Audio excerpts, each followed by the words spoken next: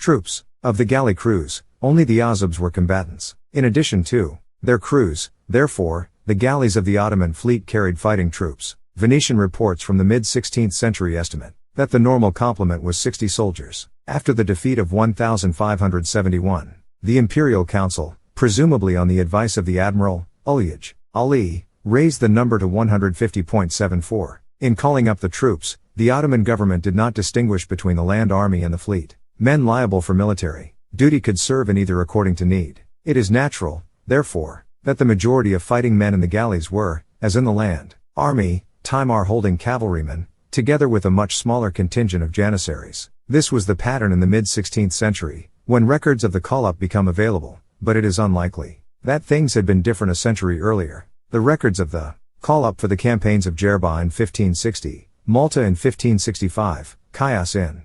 1566, and Cyprus in 1570-1, show that the Timar holders who served in the fleet came from the provinces of Rumelia and the archipelago, and from all the provinces of western and central Turkey.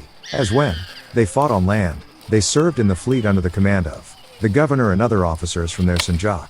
These, or indeed, any of the fleet commanders, could recommend that they receive additions to their Timars for outstanding service. Again, as on land, decrees calling up Timar holders require them to bring armed retainers, weapons, armor and provisions. The decrees also state where they were to join the ships. In the case of men from Anatolia, this was typically at the fortresses of the Dardanelles. It seems that, for most of the 16th century, the overwhelming majority of troops in the fleet were Timar holders. However, if numbers were insufficient, the Imperial Council might order the Admiral, as it did before the Jerba campaign, to draft in fortress guards or, as before the siege of Malta in 1565, Azubs and volunteers. Local flotillas, especially the fleets in Egypt, could raise troops from other sources, but these were few in comparison with the numbers of Timar holders. It was the Imperial Council that issued the decrees calling up the men, but presumably after consultation with the Admiral as to the numbers required and the points of embarkation. 75. The system worked well until 1571.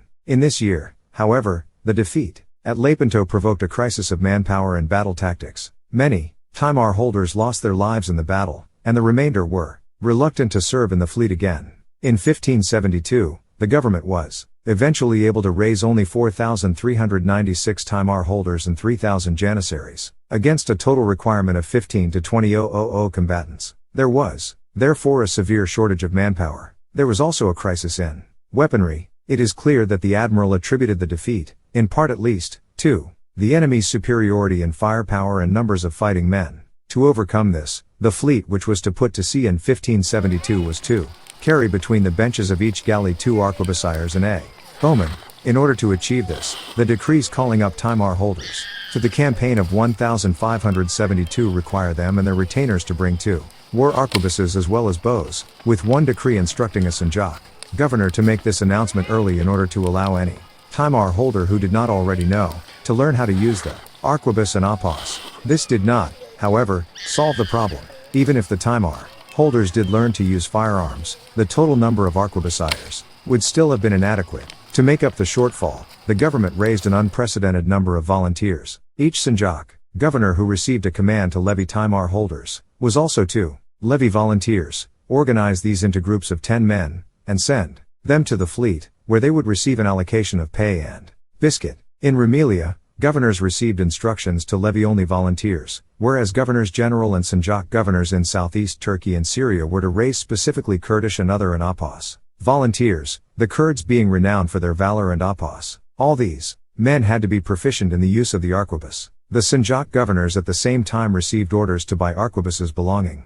to anyone who was not volunteering. 76. The crisis after Lepanto does not seem to have brought about permanent changes in the way the government levied troops for the fleet, except perhaps in demanding proficiency in the use of the arquebus. In the 17th century, the majority of combatants were still the Timar holders. The only change from the 16th century was a rationalization in the area of the levy. After 1600, it seems that the Timar holders who served in the fleet came usually from the province of the archipelago, whose 10 sanyaks produced a notional 4,500 men. 77. In addition to these, when the government abolished the corps of footmen and exemptees in Anatolia, it reallocated their land as a notional 1,039 Timars assigned to the Admiral, 78 enough to produced perhaps 3 to 4,000 troops. Together with the men from the archipelago, these were enough for a fleet of about 50 ships, and since there were no major naval campaigns between 1574 and 1645, this was sufficient to supply the imperial fleet for its annual tours in the eastern Mediterranean and the Black Sea during these years. As in the 16th century, a fluctuating number of janissaries also served in the fleet. 79. In addition to these fighting men, each galley carried 2 or 3 gunners, the galleasses, which began to appear in the fleet after 1571, required more than this, and also armorers to maintain the weapons.